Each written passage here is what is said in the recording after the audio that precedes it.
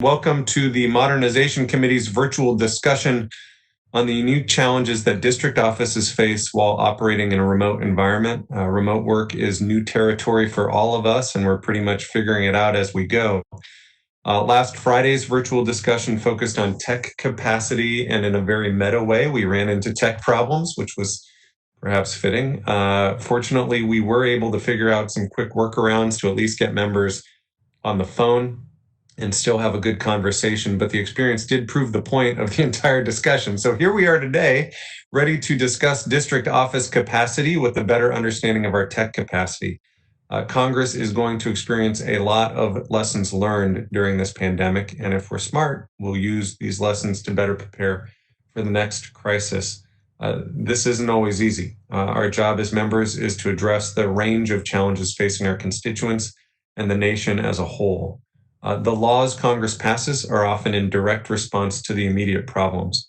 This is critical work, but anticipating problems is just as important. A Congress that's not prepared to function in a crisis risks being on the sidelines and not on the field.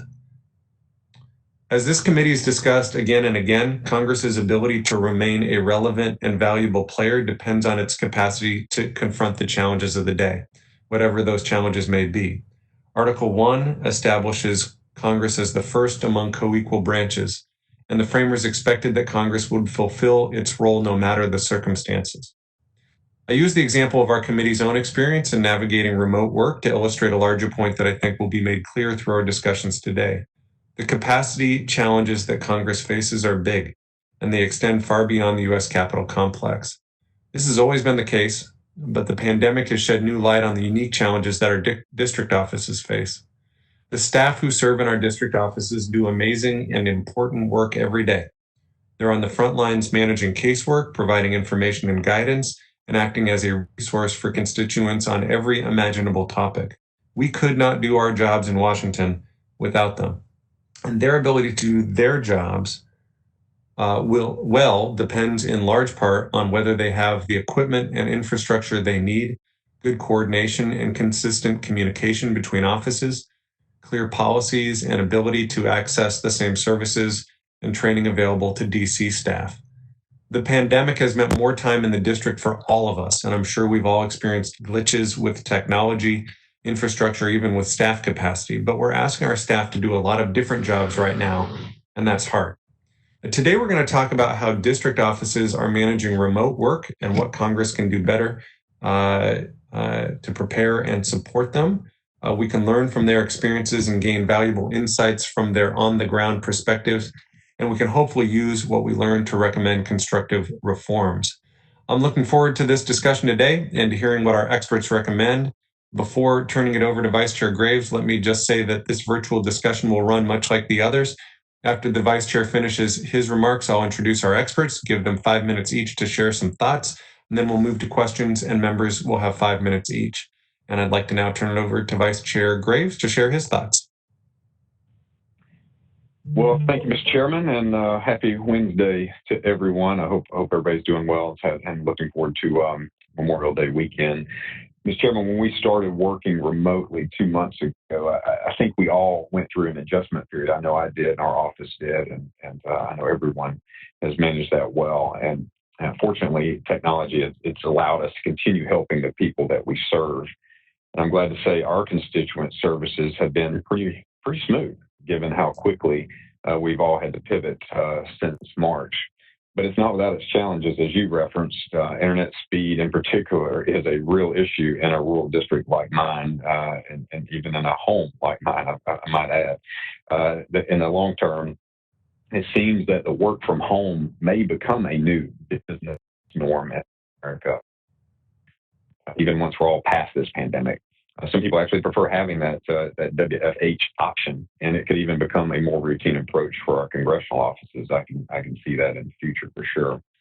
So today is a great opportunity for us to discuss some of the short-term issues that we face with this remote work, but also some of the long-term opportunities that are going to be before us as well. So I look forward to learning more from our guests today, and I appreciate you putting this discussion together, Mr. Chairman. That I'll yield back.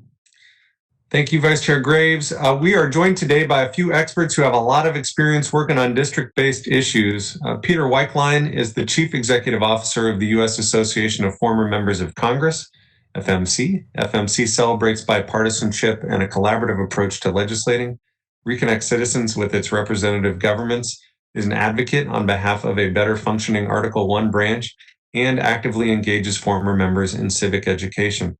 He leads programs such as Congress to Campus, The Common Ground, Congressional Speaker Series, and all other programs that promote public service and teach about representative democracy.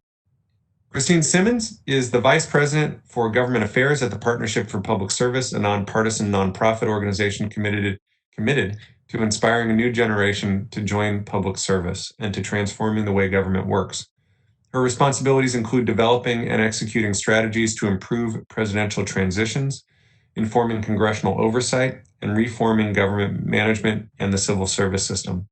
Mr. Weichlein, you are now recognized for 5 minutes. Thank you so much, Chairman Graves, for inviting me. Chairman Kilmer, Vice Chairman Graves, and members of the Select Committee, thank you for the opportunity to address you today. My name is Pete Weichlein, and I'm the CEO of FMC, the Association of Former Members of Congress. Even though we are the former members of Congress, our bipartisan work includes current members and current staff. And in addition, of course, FMC's membership brings us thousands of combined years of legislative experience. The committee has reached out to former members in the past for input and testimony, and I want to reaffirm FMC's commitment to be a resource to you.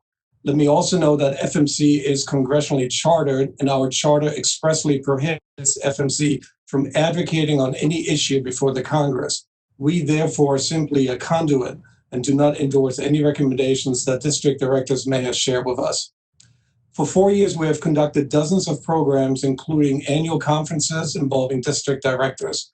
Through this work, we have created and are growing a bipartisan network that now includes several dozen directors. In early March, we convened a first Zoom conference call for about a dozen district directors for a best practices exchange on the current crisis.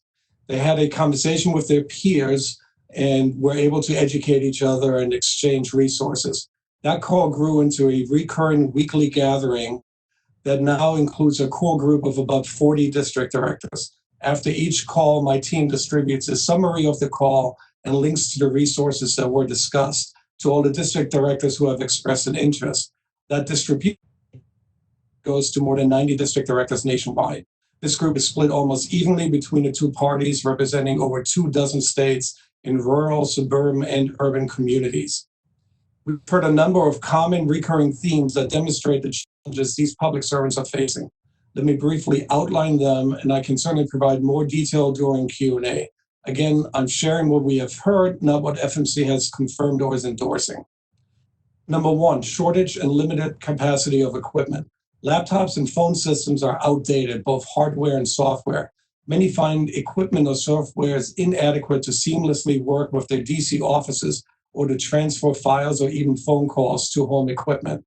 There are also real concerns with members communicating with constituents or the media, concerns ranging from the low production quality of a Zoom town hall to the cost of a teletown hall to the obvious security issues inherent in an open online platform. Some recommendations by district directors include provide all district offices with electronic platforms for communication with constituents in a secure and professional manner, and assist members in setting up home studios and train staff in the fundamentals of producing quality and secure communications. Number two, lack of clearly defined policies. District directors are concerned that they are operating in a virtual space without clear guidelines. This includes members participating in hearings and briefings, as well as receiving or discussing classified information. In addition, district directors seek guidance regarding reopening offices. Who will decide their office is safe for district staff and visiting constituents? How should they approach the issue of a staffer not wanting to return to the office or not being able to return because of issues such as childcare? Some recommendations by district directors include put procedures in place for closing an office and redirecting often sensitive information to a telecommuting environment, and establish guidelines and procedures now to deal with opening the office again in the future, particularly for congressional district offices that are in multi-office buildings. Number 3, a gap in coordination between district office and DC office. District directors perceive that their Washington-based colleagues have access to more resources than district staff often has.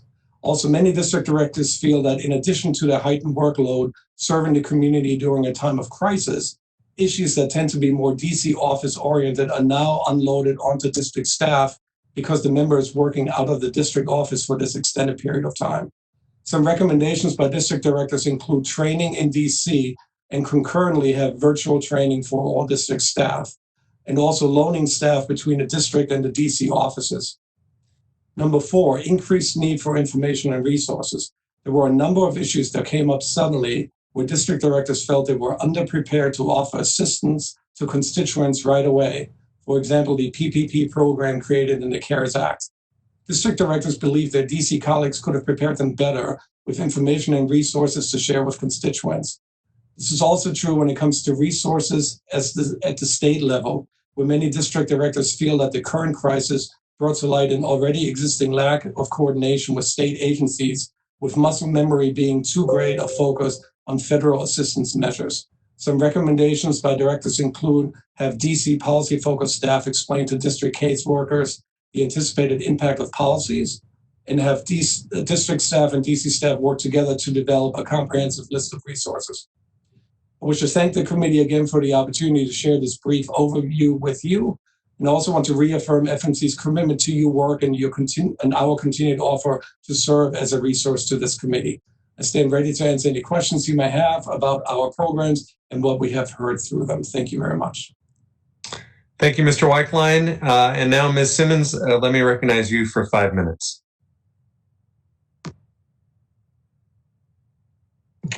Oops, I think we have to unmute you. Hold on. Okay. There we go. All right. I'm not sure if Danielle is controlling my microphone or I'm controlling my microphone. So I'm going to put it in Danielle's hands. So thank you so much. Really excited to be with all of you this afternoon.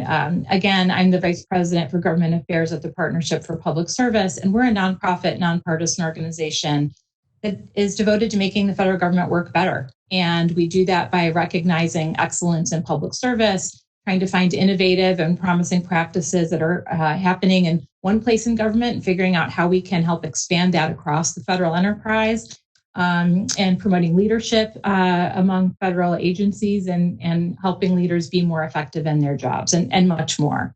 I spent over a decade on Capitol Hill. I also worked in the executive branch. So I'm a big fan of what you're doing. I think your work's incredibly important, and it's really exciting for me to contribute to your conversation around the Select Committee's mandate. So I'd like to spend a few minutes talking about the partnership, the things that we are doing and learning that we think will be helpful to you, and then offer a few recommendations before joining with Pete in answering your questions. So first, the partnership believes that government works best when talented people work across the federal enterprise to solve problems. So it's really about collaboration. And we try to create opportunities for community and relationship building where they don't exist already. For example, in the executive branch, we host a roundtable of assistant secretaries for administration and management. This gives them a chance to share best practices, identify challenges, and really bounce issues off of each other, because there is no other means that they have to connect with people who are in similar roles facing similar challenges. So we have followed, we do that with other executive branch communities, general counsels, and others. We followed a similar model with district caseworkers and constituent service representatives. And we have a third roundtable. We've done 2. We have a third on Friday. And just want to echo the findings that Pete just outlined. Our findings have been very consistent, the things that we have heard. But we'll also say that while the COVID crisis has exposed a lot of needs, it's also revealed and enabled smarter and better ways of working. And I'm happy to share more about that during questions. I'd also like to summarize briefly what we're hearing from federal agencies in 2 key respects.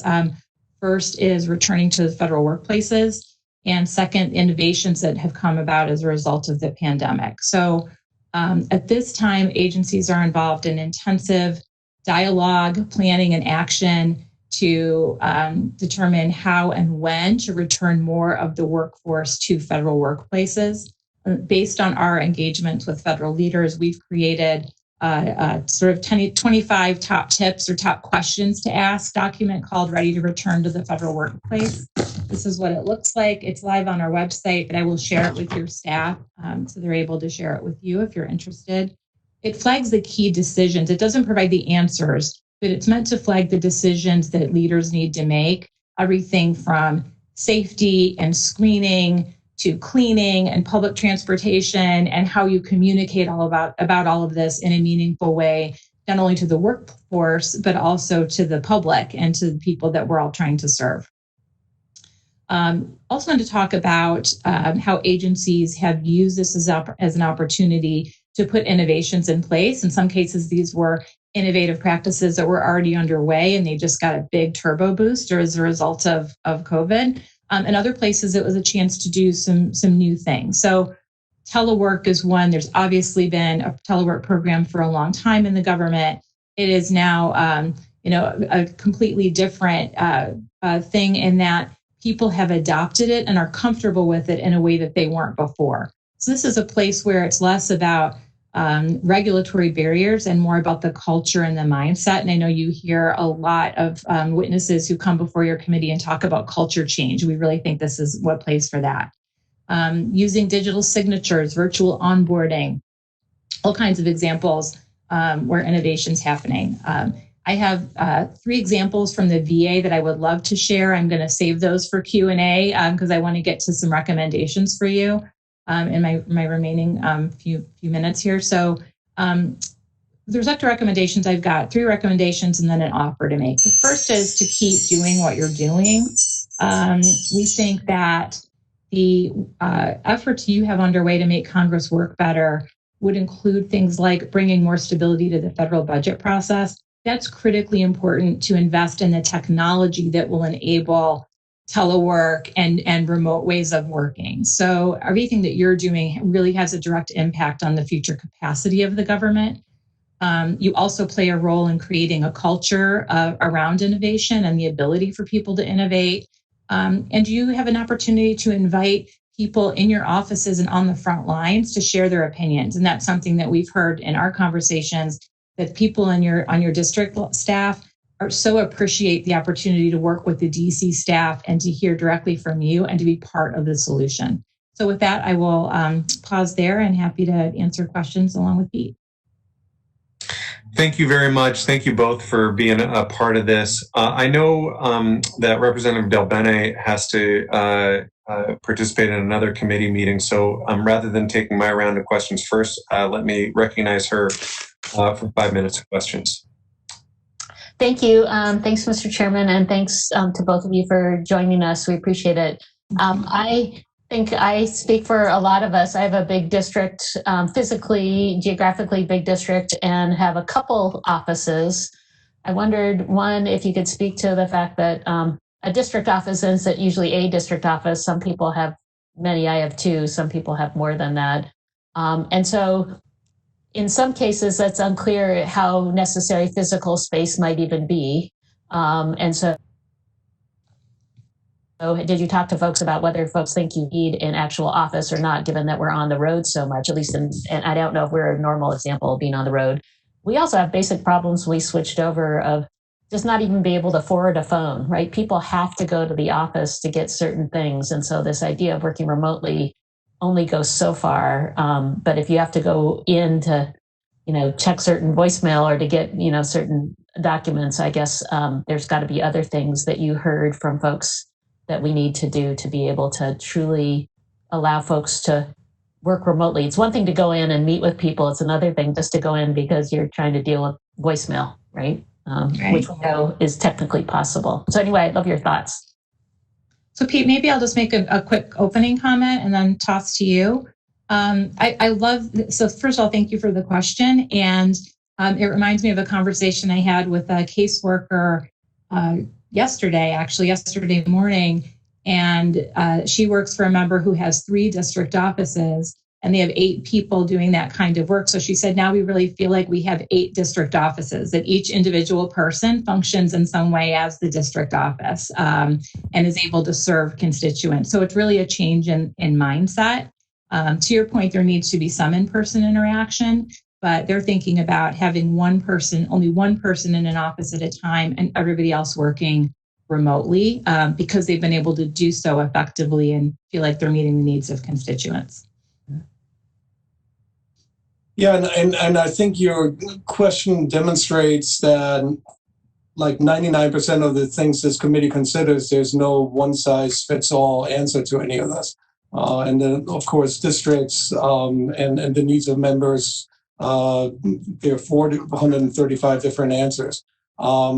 We have heard from some district directors who are the sole occupant of an office and therefore really have not found much of a different environment since March than what they're used to. I think there are some very few offices that don't even have a physical brick and mortar presence to begin with. And for them, again, this wasn't much of a switch. But where I think there's common themes emerging, definitely on the equipment and technology side. I think many of your district directors felt the switch from a brick and mortar space to a remote home working environment was difficult and made more difficult because of IT issues and computer issues, outdated laptops, enough laptops for all staff, and the software issue prohibiting district offices from communicating efficiently with DC offices or constituents. So that is probably a uniform complaint, no matter which district director we've talked to, that technological capability, hardware, software, and IT support were a huge challenge during this transition.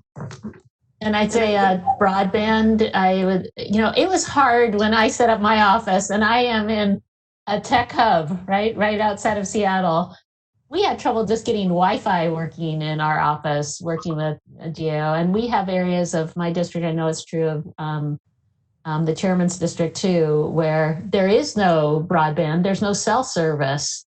And so when we go to those points, those places, there really is no remote option. And so then it really is about being physically present in some way. But the technology side, I think we have been far behind on, and I worry that we're trying to catch up to deal with the pandemic, but we haven't been forward looking in terms of what district offices really need. And I think you're kind of saying that too. Yeah. I mean, you raise an example where the Indian Health Service, for example, is trying to deliver telemedicine, and some of the tribal areas are the least served by broadband. So you're raising an issue that's a problem across government and across branches of government. Yeah, thank you. In addition to that, if I may add, what we've heard as far as policies and guidelines are concerned, since broadband is such a huge issue, a question of using cell phones as hotspots and whether that's A, permissible, and B, meets security requirements, that's a concern we've heard from district directors as well. Thank you. Thank you. Next up, we have Vice Chair Graves. Mr. Chairman, Vice Chair Graves had to hop off the line. Oh, okay. Then let me see who we have next.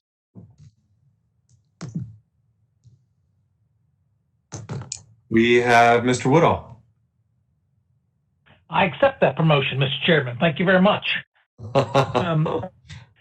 We ran out of district office space for security reasons about 15 years ago and went to remote work. Half our staff has been working remotely. All of our staff has been working remotely half the week for 15 years. So we didn't have much of a transition, but I can't imagine what offices are going through, having to go through the learning curve in 8 weeks. I don't remember how long it took us to get it right, but I suspect it was measured in months, not weeks. To Susan's point, the telephones were our biggest challenge. We ended up moving to a voice over IP system that allowed for full functionality, and we've been able to tie the DC office into that during the crisis. What are folks finding in your experience? Are they trying to provide the full functionality of being in an office together, which requires you to be able to see physical presence and transfer phone calls? Or are they trying to create a new normal where we don't need the connectivity we formerly had in the sitting in cubicles together when they moved to telework? Kristine, you want me to chime in first? Okay. Yeah.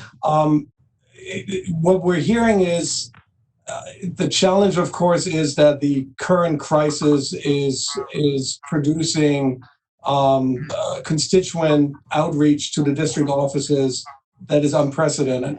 Whether it's the application process for PPP, whether it's assistance with unemployment insurance, whether it's concerns with healthcare coverage in the district.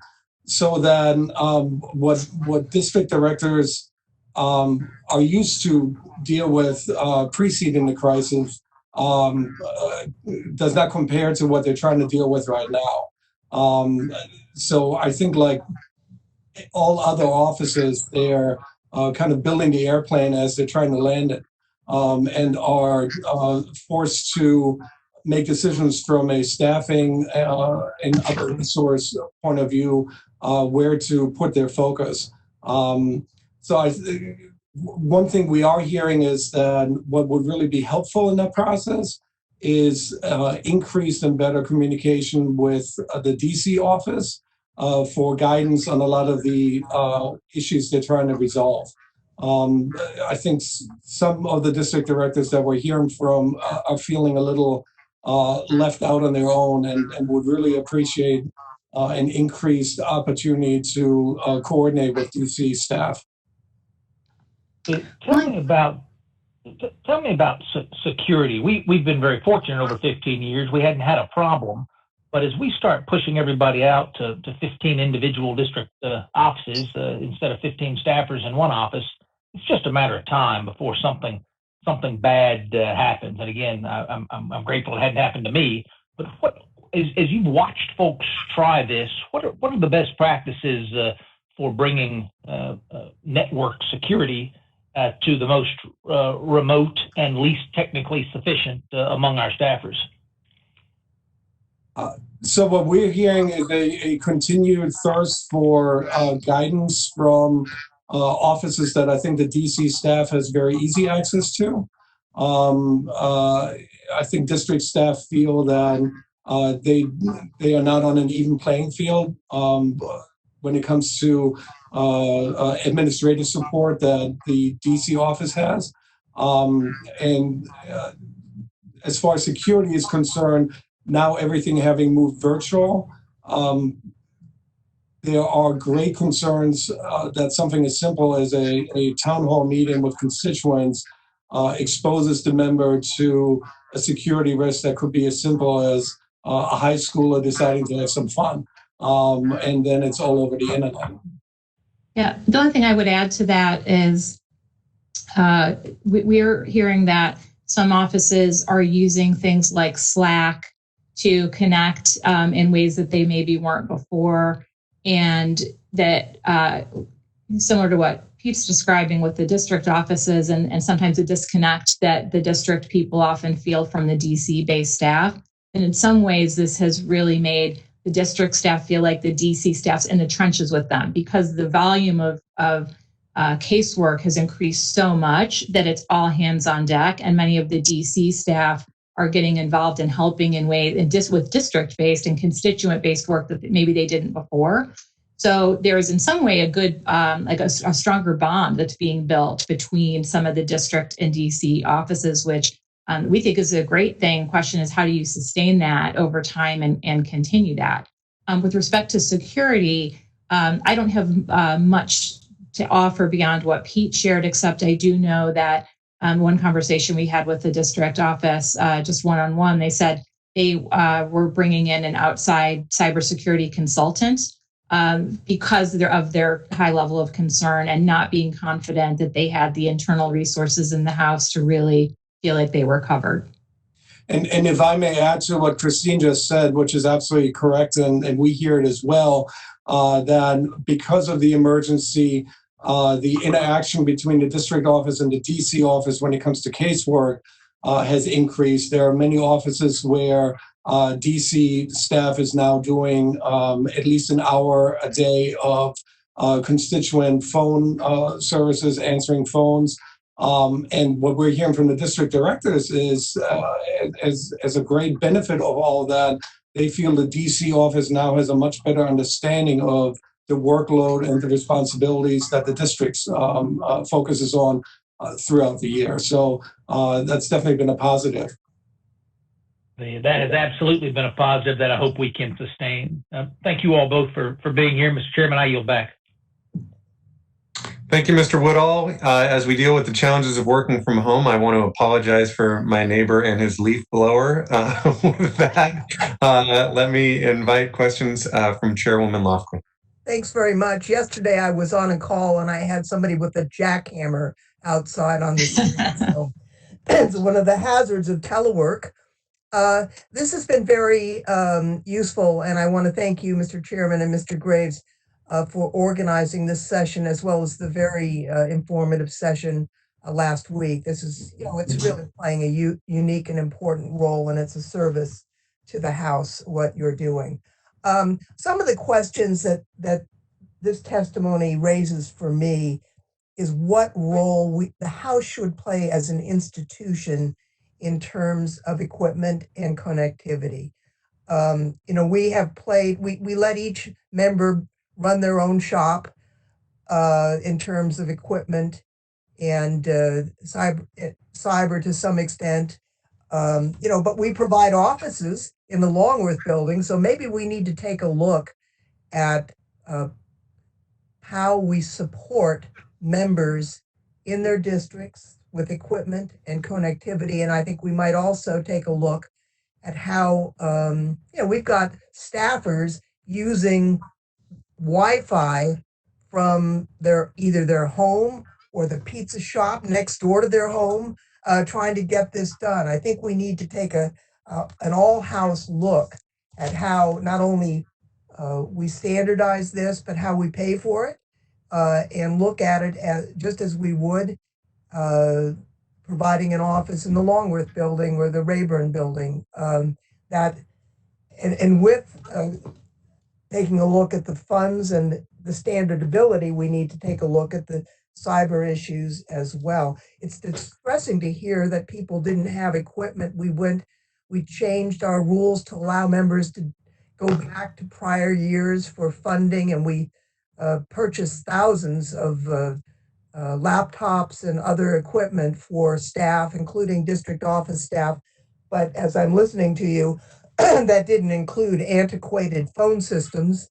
So I think we've really got to take a whole house look at equipment and connectivity and then budget for it. Any thoughts on that?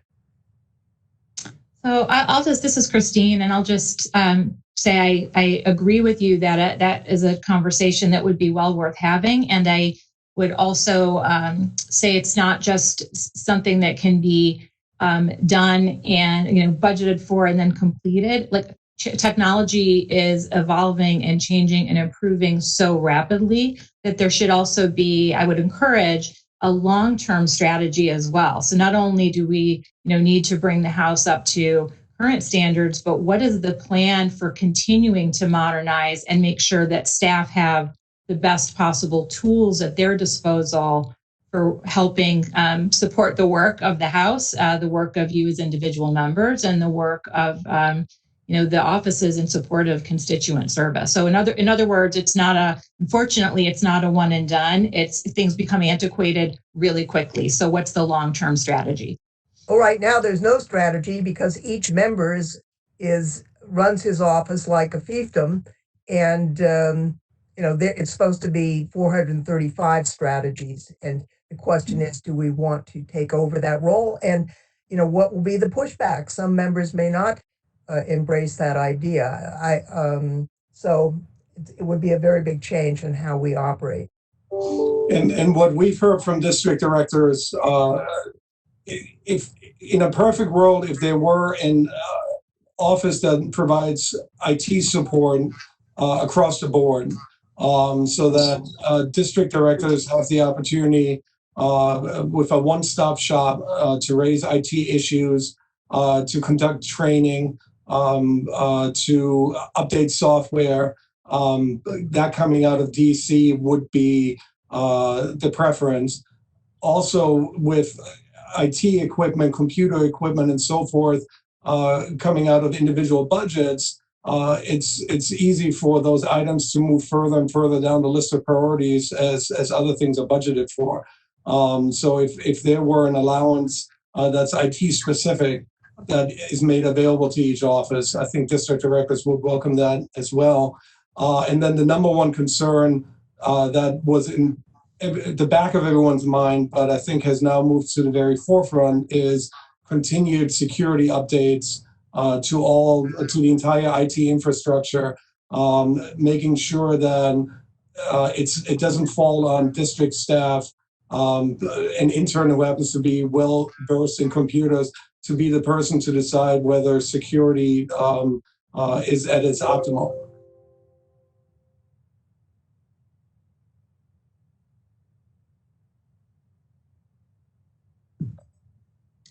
Thanks. I don't know, Chairwoman Lofgren, is that all you got? Yeah, no, I think this is my staff has run into problems with telework with federal agencies not really being able to cope with it. Obviously, everybody's scrambling, on the Hill and in our district offices. And I think we didn't pay attention to how the federal agencies were going to interface with us.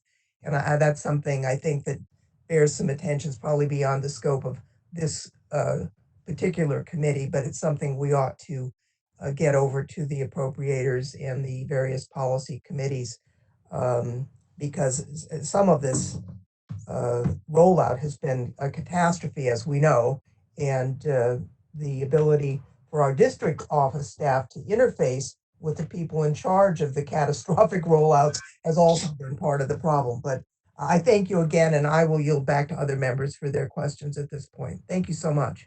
Thank you. Next up, Mr. Davis. Thank you, Mr. Chair. I appreciate the opportunity. Peter, great to see you again. I hope all is well with your organization. Thank you both for being on here, and also to my colleagues for talking about the importance of district offices. As somebody who spent 16 years working in a district office, I can tell you what the district directors are saying is correct. There is a disconnect, and there is a lack of instant access to resources that many in DC that have only worked in the DC offices, they take for granted. And as a member of Congress, I found I could easily pick up the phone and call the CAO and have somebody up there to fix a problem with my phone in a matter of minutes, if not hours. In the district, it's different. And I do thank you both for delving in your opening comments, especially Peter, on how to correct those measures. And that's something I know Chairperson Lofgren and I on the House Administration Committee are always interested in working together to address. I do want to thank her for working with us to make sure that our district offices did have access to equipment. I mean, it was historic before the House went to a telework environment of how our teams were able to work with the CAO to get equipment into our office supply store, to get it out to the districts, to get it to the staff in DC that may not have had access to the equipment for teleworking. And albeit, I'm sure not every office took advantage of that, a lot did, and we're hearing a lot of success stories. So that gets me to my point. Those offices that didn't take advantage of that, there's a lack of communication. And that's one area where if you could work with the district directors to let us know how, where they can go to try and get best practices and tips to address those communication issues, so that they might be able to get access to the same type of equipment that other offices take for granted and that may have better communication. So thank you all for what you're doing. I want to look beyond this pandemic a little bit. And I want to go to you, Peter, if I could. I know we have our district director fly-ins on a regular basis. How can we make that experience, once we get back to a sense of normalcy, how can we make that experience more valuable to them? And, how do you improve also orientation for members coming in during new member orientation, where I can tell you, as somebody who had experience, it was easy for me to understand some of the issues we were being faced with, but I watched my colleagues hiring their staff in DC at the same time they're supposed to take in information on how to set up and run their district offices. Help us with that process, Peter. Thank you so much, Congressman Davis, and great to see you again. And thank you for all the work you're doing on FMC programming. We really appreciate your leadership. A couple of points that you raised I want to address. One issue we've heard loud and clear from district directors is and a better way for them to access what is available to them, a better understanding of resources available to district directors.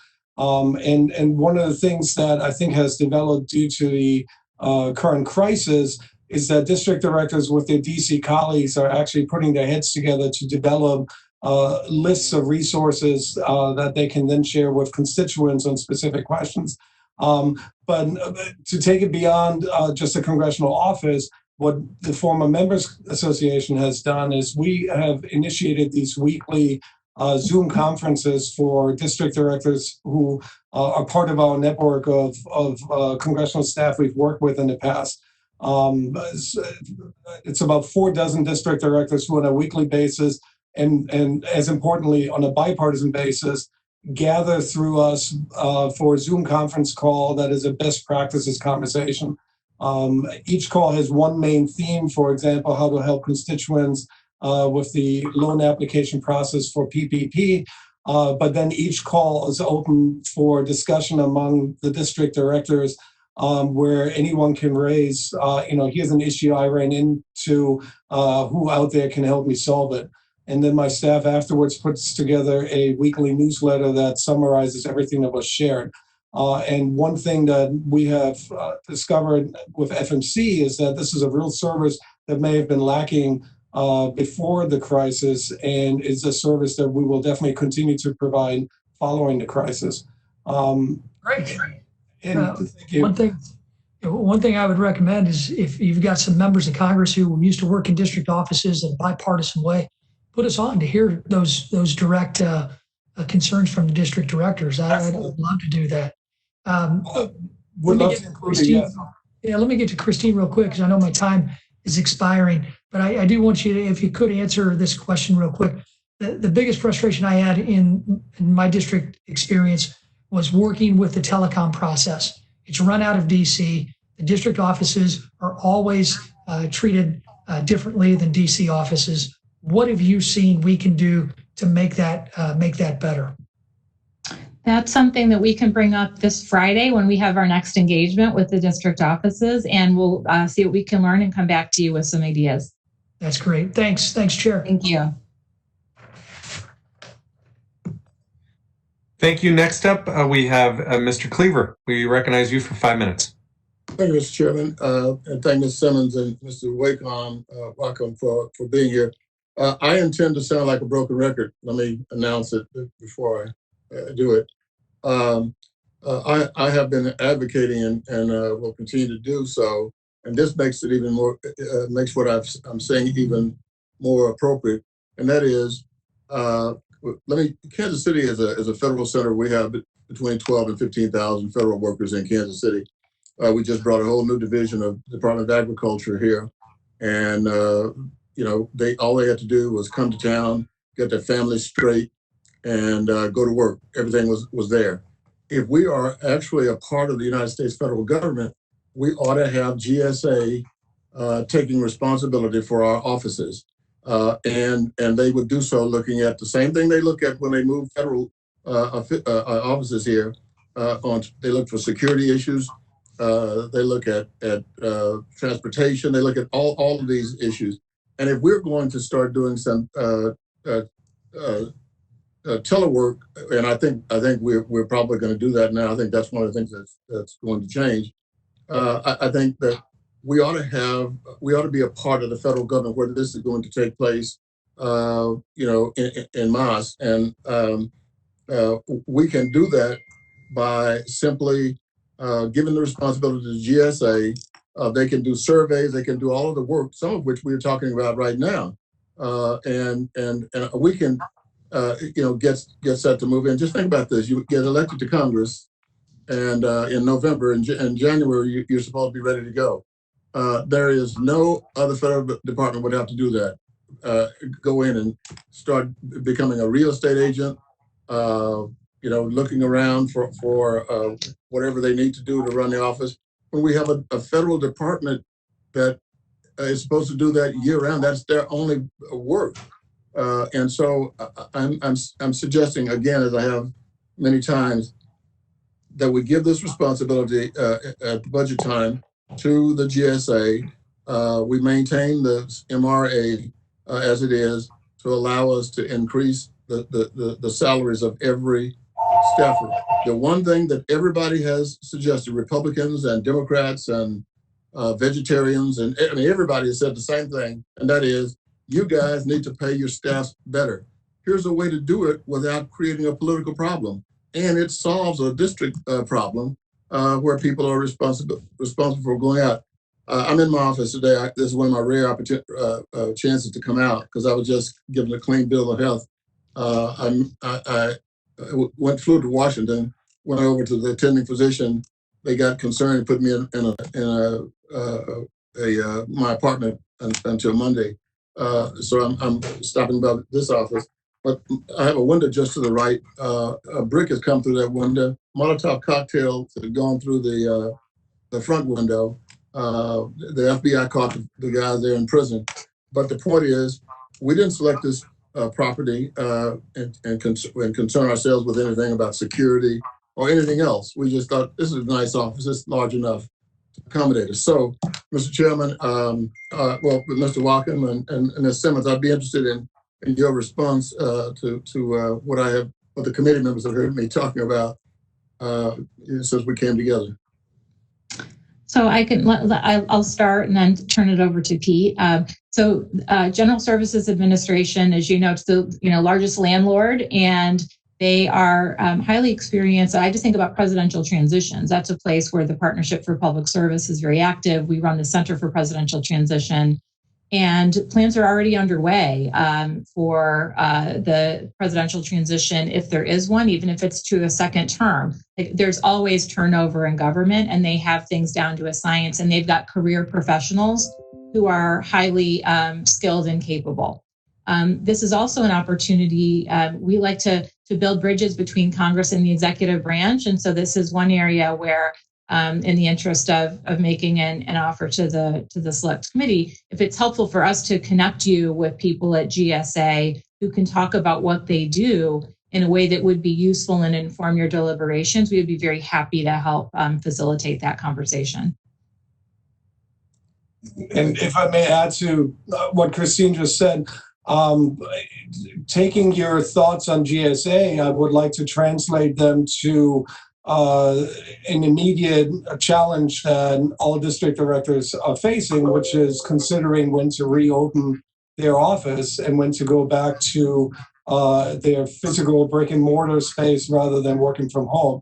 GSA guidance, GSA policies that would spell out exactly for each district director what needs to be in place in order for the move back to the office space to be accomplished safely and keep all considerations in mind when it comes to staff, visitors such as constituents, could really be an incredible aid to district directors who are facing some very difficult decisions right now, how to go back to normal. Thank you both. Mr. Chairman, I have to go to Homeland Security meeting right now, but I would remind everybody that the GSA owns and leases over 400 million square feet of space and properties that are critical for the operation of the United States federal government. And they include everything from ports of entry to data processing center. In Kansas City, we have the regional IRS center. They, as our two witnesses are suggesting, that's what they do. That's not what we do. That we don't have that skill. So I hope I'm not going to bring this up, Mr. Chairman, only 6 more times, but I think this is one of the things we can do rather easily, and there appears to be a lot of support for it. So thank you. Thank you, Mr. Cleaver, and we're glad you got the clean bill of health. Yeah, thank you. Yeah. Good to see you, sir. Next up, Mr. Newhouse. Yeah, thank you, Mr. Chairman. Appreciate that, Derek, and welcome to our guests, our panelists. Thank you for sharing some time with us. Some great conversation, and kind of like Mr. Cleaver, I'll probably sound a little bit like a broken record because a lot of the issues we're experiencing are common, and certainly in my district, which is very rural, some remote areas. Even that's one of the reasons I'm joining you by telephone is because I've iffy internet connection, and just thought that this would be a better option for me to be able to stay tuned in. On the bright side of all of this, I suppose it could go the other way, but I think that this telework that we're utilizing more kind of blurs the lines between district staff and DC staff. If you're working remotely, it doesn't really matter if you're in Yakima, Washington, or Washington, DC. As far as the constituents are concerned, I think that it's probably going to be a positive thing in making district staff feel less or feeling disconnected from the DC office. And so I'm looking for ways to really enhance that relationship. So if there's any suggestions that we can foster that and help that grow. But my concern or question similarly has to do with connectivity, not just in the office or the district staff members' ability to have the up-to-date equipment and the strong Wi-Fi and all of the issues that people have talked about, but my constituents, many are, like I said, in rural areas with not, we just aren't as connected as many places. How do we, as we move toward more telework and trying to service our constituents who either because of their rural area or because of their age perhaps and their ability to understand and be connected or the equipment that they own personally, how do we not leave them behind and continue to provide them with the services that they need due to their issues that they may have with the federal government. So just throwing that as a general question to, how do we continue to provide good service to people even if we are working remotely? So Congressman, Pete, why don't I start and then turn it over to you? So thank you for the question. And what you're asking is really how can we make sure we maintain a constituent focused customer service mindset in government. And that's so important. And I'll give you a couple of examples that, to answer your question, there's no one answer, unfortunately, but I'll give you a couple of things that I think are positive developments at the Veterans Affairs Department that might be instructive for you.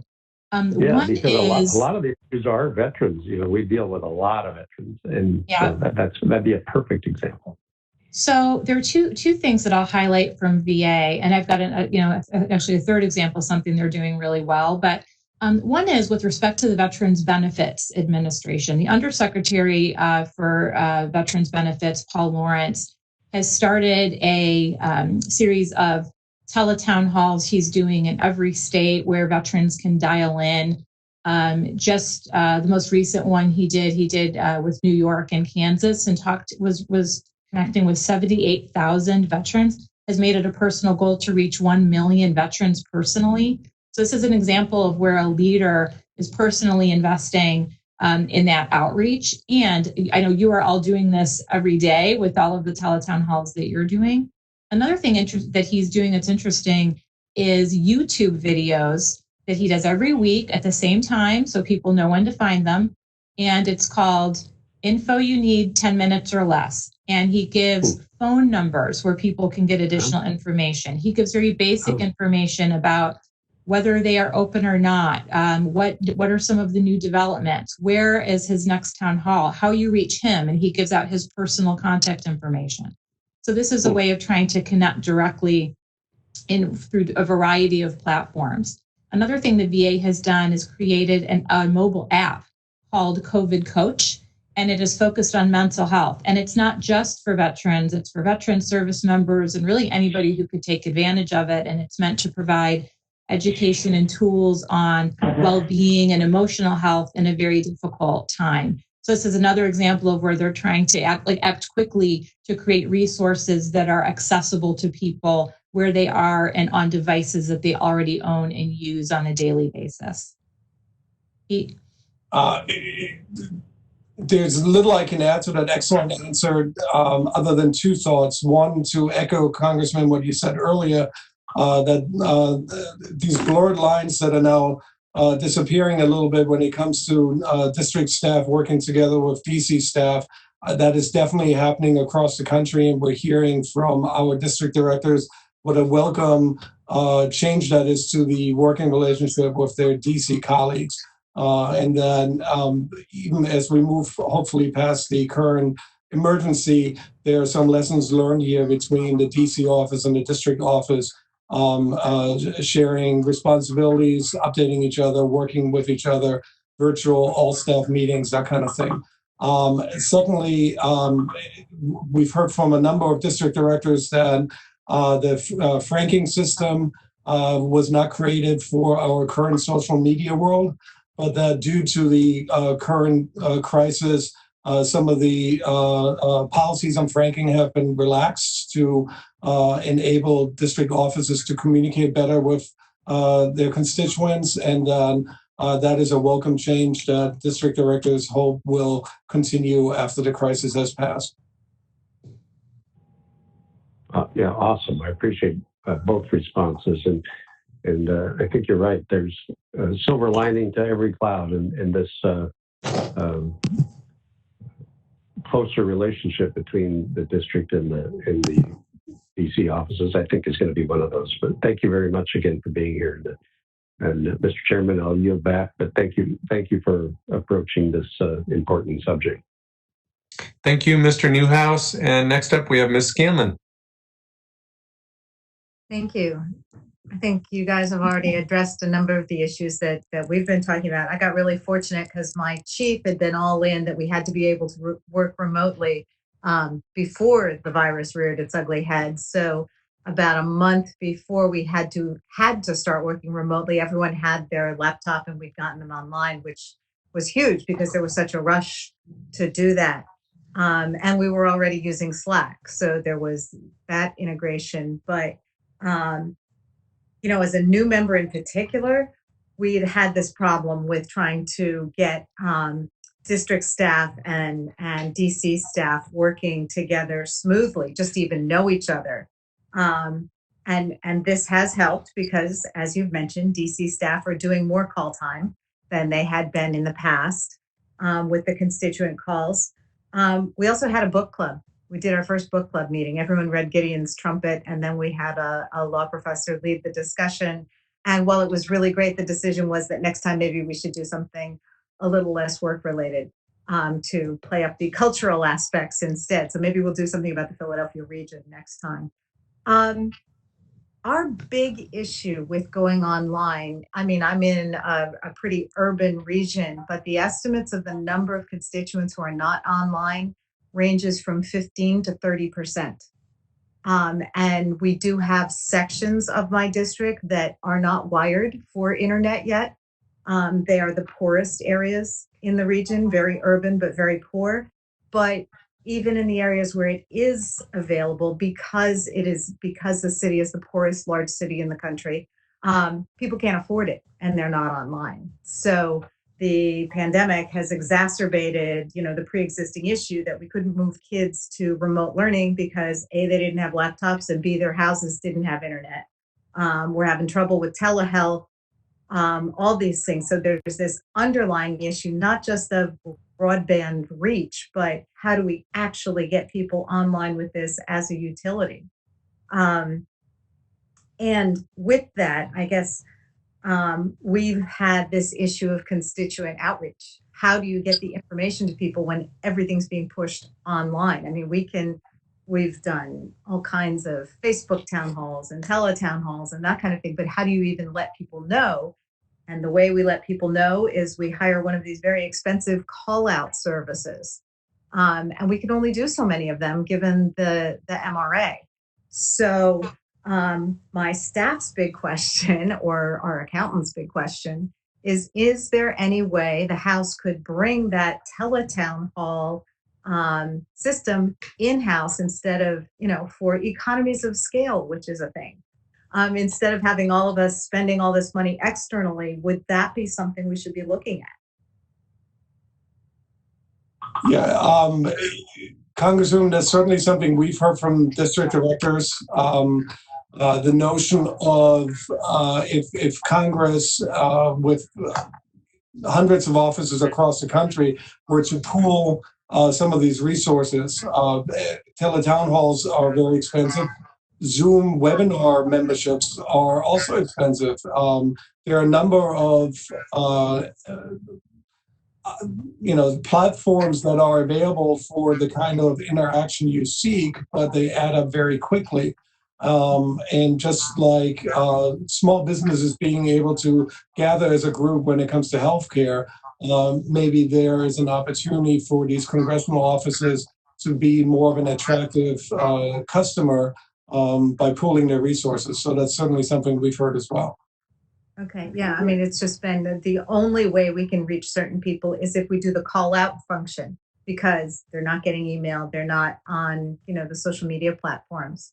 And it's particularly seniors who will still answer their landline. Yeah. So that's the audience that I've kind of been most concerned about.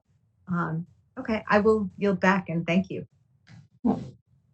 And Representative Scanlon, if I could just add, this is a place where I think hearing more from the Veterans Benefits Administration is how they're handling that very issue. How are they reaching veterans besides YouTube and besides mobile apps and other things, like especially for older veterans? So we'll try to do some learning on that. We'd be happy to follow up with your staff and with the Select Committee staff.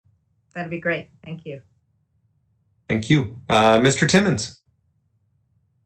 Hey, good afternoon. Thank you for having this, Chairman, and thank you all for being a part of it. I'm going to divide my questions into hardware, software, and then telework. So let's start with hardware.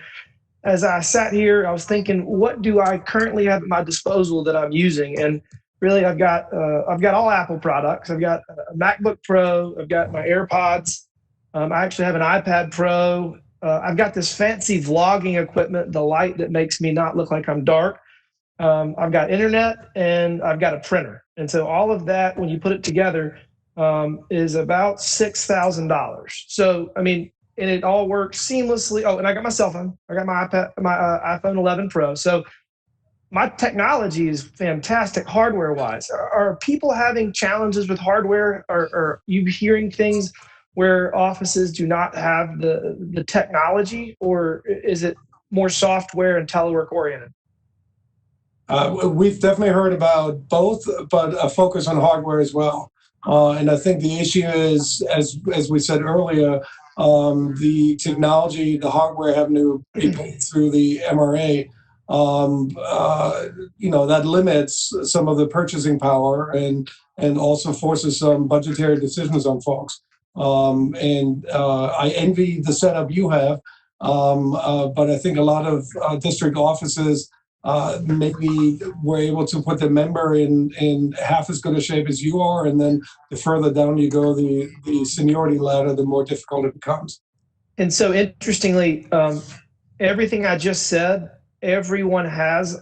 We have 13 people in our office. Every single person has exactly what I just said, with the exception of the fancy vlogging light that I have. They don't have that, but I think my chief of staff may be getting one because he's always very dark on these calls. But what about Kristine? Are you hearing hardware issues? It was more, we heard early on, and I'll be honest, Congressman, this is not an area, when we've gotten on the calls with our caseworkers, this is not something we've heard much about. Granted, we've only had a few of these calls so far. One of the things that we heard with respect to equipment was just enough laptops. So not all the offices had done what Representative Scanlon just described, where they had already planned and had to do this. So there were people who just didn't have access to equipment. Early on, those issues seem to have been resolved. I don't have much more to add beyond what Pete has shared. Sure, thank you. I think that's definitely something we can do at orientation for best practices. And maybe even some sort of a bulk order. I don't know. I mean, there's probably 2 or 3 different laptops that people could reasonably disagree on which one they want. And, the price point obviously is somewhere between $800-900 and $3,000. So I feel like there's a bulk purchasing power that we could consider for technology that we haven't done as of yet. So second, software. It's probably been the most frustrating thing of the last 3 months in my life. Software, whether it's conference calls, we've got the congressional line, we've got a Zoom line, we've got a Ring Central line. We spent a lot of time researching it. None of them really work that well as far as conference lines go. And then video calls, I just checked my computer. I have 6 separate applications that I use, and it's really, really annoying because they never work. And unfortunately, Zoom, that I've determined is my favorite, but it's also the one that has security issues. Is there a role that we can play on the Modernization Committee and that Congress can play in facilitating better access to software? I mean, my conference line that the House provides didn't work for the first 3 weeks. It went straight to voicemail, or it would ring busy at high volume times. Everybody starting a meeting at 9 a.m. I couldn't get into the conference line for 5 minutes because it was overloaded. Is there a role that we can play? Yeah, I think we talked about a designated IT service that's available to congressional offices, whether it's in DC or in the district. If that were able to at least create a lowest common denominator, so that we have that. I think we have that now. It just doesn't work that well. That's what the line that we have provided by the House. I had to then go out and purchase a Zoom line and a Ring Central line because it just wasn't working that well. Maybe this is just something we need to troubleshoot and make sure works. Yeah, because exactly what you're describing is what district directors are sharing with us. And the software issue is one where you have different components that are at a different level and a different standard when it comes to updated software and security patches and all those things. And after a while, you have an inability to really communicate and make best use of that software. And district offices find that whoever happens to be the most recent college graduate becomes the de facto IT department, and is then charged with making sure that everything's up to date and security patches have been installed and so forth. Congressman, if I could just pick up on what Pete just said, and this is not a comment on the current capabilities of current House of Representatives or congressional employees at all. But I think about the executive branch and the innovative, models where a group like U.S. Digital Services or 18F, there are groups that have been created to bring in private sector expertise for 6 months or 3 months or a year to take on a meaty project and bring private sector and public sector experts together and put the best brains around it and solve a problem. And this is a place that we would love to see the House take advantage of, like that kind of a model. Could you create a path for a SWAT team of really smart people to come in and help the select committee with an issue like this, or help the IT people in the House? It's hard to get great people, even if you paid them, really well. These are folks who are in demand all over the country, in all industries, right? And so to get the best minds working on this, sometimes you're not going to be able to pay them what a private sector company could, but could you think of a different model and think about a rotation program? executive branch is doing more and more of this, we think it would be a great model for the House. Sure. Thank you. My time's up. I may ask another question at the very end if that's okay, but I'll yield back. Thank you. Thanks, Mr. Timmons. Let me use my time that I deferred at the beginning. So, Mr. Weichlein, you mentioned that a number of district directors felt like they weren't prepared to help constituents with issues like figuring out the SBA Paycheck Protection Program. Obviously, it's a complex program that came at them really fast, so it makes sense that they didn't feel prepared.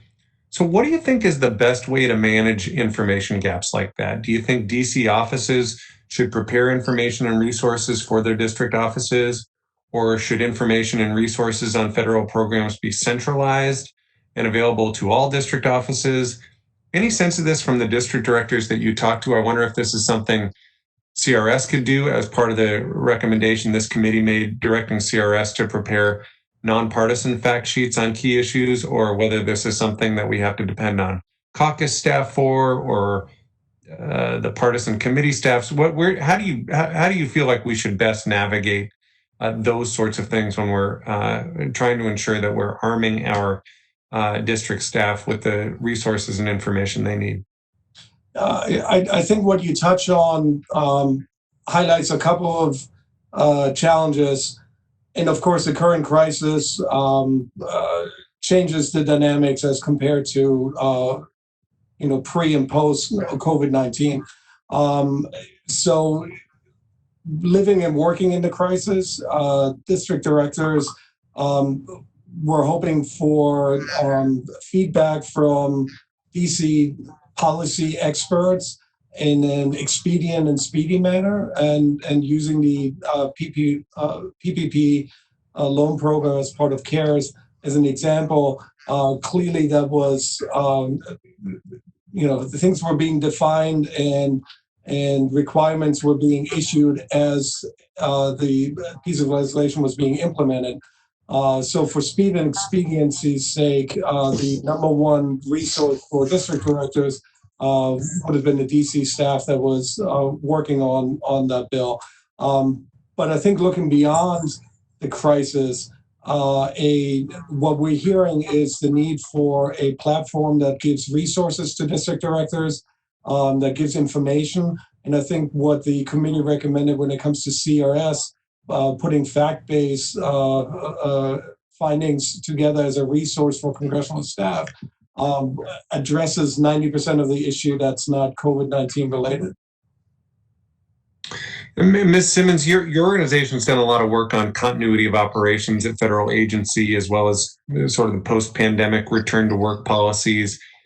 And Chairwoman Lofgren touched on this. The House operates as 435 independent operations in a lot of ways, with each office setting its own policies, setting its own procedure. And so given that structure, what makes sense for the House when it comes to figuring out how members and their staff can safely return to work? Are there blanket guidelines in the executive branch that the House might emulate that would still give individual offices some flexibility?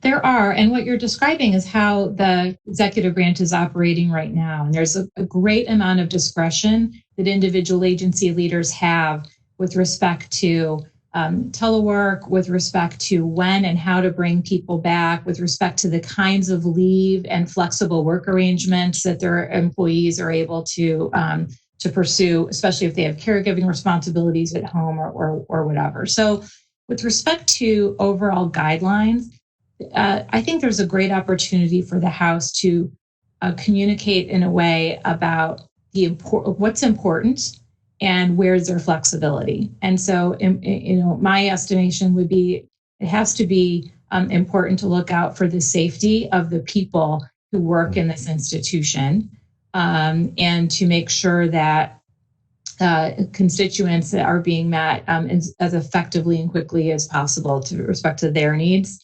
Thad Allen has a great story that he talks about when he went over to take over hurricane response. He was, coming down to the Coast Guard, asked to take over Hurricane Katrina and then the Blackwater, the Deep Horizon spill. And he said he, stood up on a table, had an all hands meeting, got as many people into this warehouse as he could. And he said, primary goal is my direction to all of you is to treat every person you encounter like they're a member of your family. And if anybody has a problem with that, their problem's with me. And just giving some overall direction and guidance to people that they could then execute against and know that they had a leader who had their back was incredibly meaningful to them. So finding a way to balance some overall guidance with the ability of each individual office to execute in a way that's right for your constituents, for the location of your office, for the type of district that you represent, is a balancing act that each individual office is going to have to undertake. Before I ask members if they have any outstanding questions that we didn't get to, Pete, let me ask you one other thing. Some of your recs have to do with access to information and resources. Do you have a sense of whether district staff regularly access resources like CRS reports or GAO reports? And I'm wondering if it makes sense for the Staff Academy to offer a class or a training directed at district staff on tapping into some of those DC-based resources. Would love to hear your thoughts on that. And for that matter, any other district-oriented Staff Academy classes you think ought to be offered? I think that's a terrific idea. And I think, for DC staff, it's second nature to walk down the hall because they want to visit with the physician's office or to drop off travel forms with the, ethics committee or to reach out to CRS. I think that's not muscle memory necessarily when it comes to district directors. And I think part of that is also based on the fact that as district directors are newly initiated to this position, the training they receive and the mentorship they receive is probably very different from what is happening in the Capitol here in DC for congressional staff. There's a need for that resource, but not necessarily the knowledge of the best to access it. Thank you. I know Mr. Simmons said he had another question. Let me invite him to ask that, and then if there's other members who have questions, I would welcome them. Thank you. One last question. So I want to point out we're all having the same challenges across the government, whether it's executive, judicial. Everybody knows the Supreme Court justice flushed the toilet on the hearing. I mean, we've got all these different challenges right now. And my initial thought was, what can the House do to facilitate a secure and incredible platform for conference calls and for video calls? But I started thinking more about economies of scale, and we don't just have a problem in the House. We have a problem in the Senate. We have a problem at DOD. I'm in the South Carolina Air National Guard, and we're actually not supposed to use Zoom on our calls. And we're trying to transition to, WebEx or whatever is a more secure platform. But is there a possibility that the government, the federal government as a whole, could try to facilitate a more meaningful role in making sure that everyone, judicial, executive, legislative, has access to the best out there? I mean, that money we're going to spend cumulatively is just so enormous. So if we could try to be more efficient with that, I don't want to bring it in-house because the government doesn't do much right. But, if we could get a private company that we could partner with that would, create this economy of scale and give us the best product. Are these kind of ideas a little bit too challenging to kind of even talk about, or is this something that could have merit?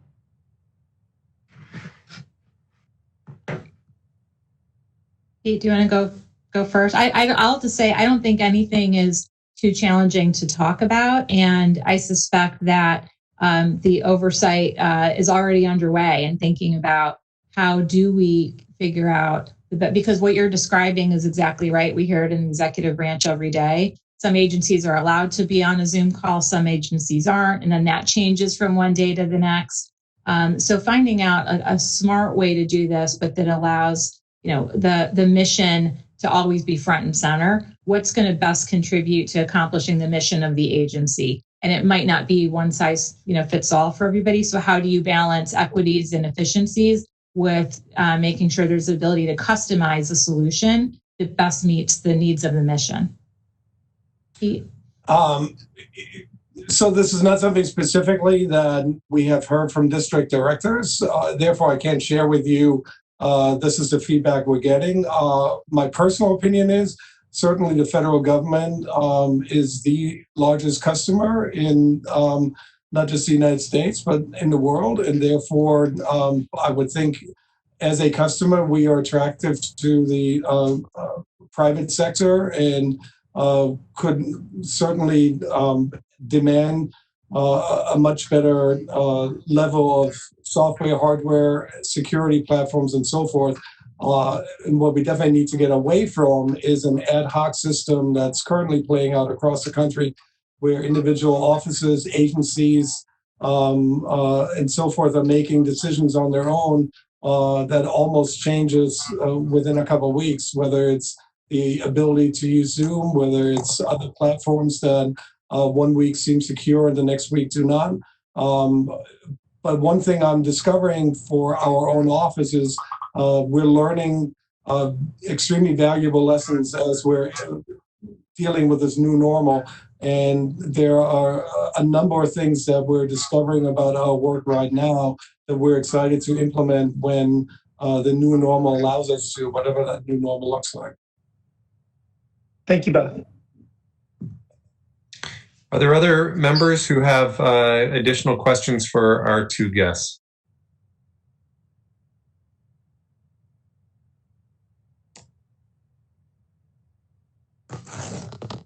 I am not hearing anyone take me up on that offer. So with that, let me thank Mr. Weichlein and Ms. Simmons for sharing their wisdom with us today. I'd like to thank the committee staff. As I raised at the beginning, it's complicated and challenging to navigate this brave new world of virtual discussions. They have done a terrific job, and I just want to acknowledge their good work in setting this up and getting two terrific experts to share their wisdom with us. I also just want to say thanks for raising the U.S. Digital Service 18F concept and bringing tech talent to the Hill. We've been discussing the benefits of bringing together a group like that and had a related discussion this last week. So I look forward to continuing that discussion with you. I'd also just like to thank everyone for their willingness to keep the committee's work moving forward. Our committee members, thank you for that. And if there are no other questions, this discussion stands adjourned. Thanks, everybody. Thank you. Thank you.